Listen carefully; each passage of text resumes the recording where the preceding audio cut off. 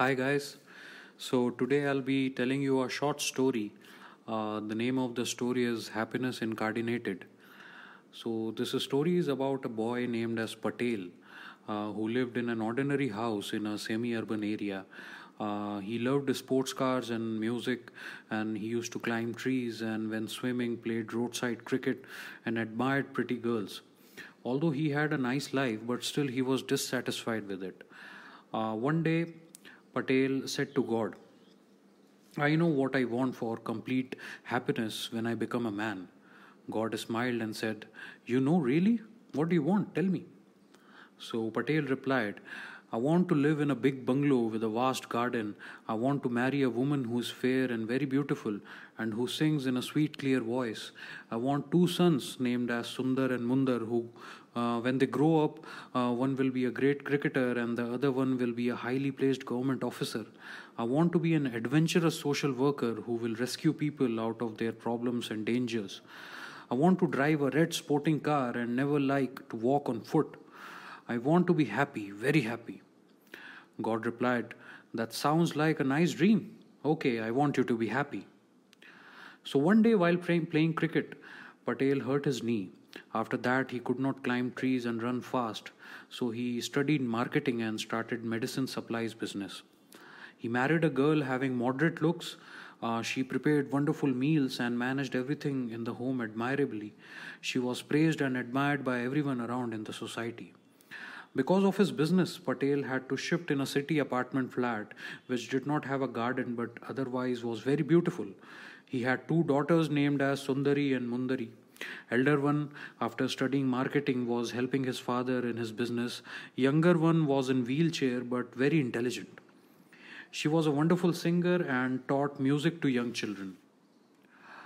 Patel made enough money to live comfortably, but he did not drive a sporting car. He had an old second hand car, but in excellent condition. So one morning, Patel awoke and remembered his dream of this childhood dream. So he said to God, I'm very sad. He started protesting to God. God asked, Why? Patel replied, Because I once dreamed of marrying a fair and very beautiful woman and who would sing beautifully. God replied, Your wife is very kind, hardworking, sincere, and loving. She prepares delicious food. I once dreamed of living in a big bungalow with a huge garden. Instead, I live in a flat on first floor. God replied, Your apartment is comfortable and safe, and you can see the beauty of the ocean from your couch. I once dreamed that I would grow up to be an adventurer and social worker. Instead, I am a bald businessman with a bad knee. God replied, The medicine supplies you sell have saved many lives. Once I dreamed of driving a sporting car. Instead, I have to drive a second hand car. God replied, You wear good suits, you eat at fine restaurants, and you have toured many tourist places along with your family by this car only.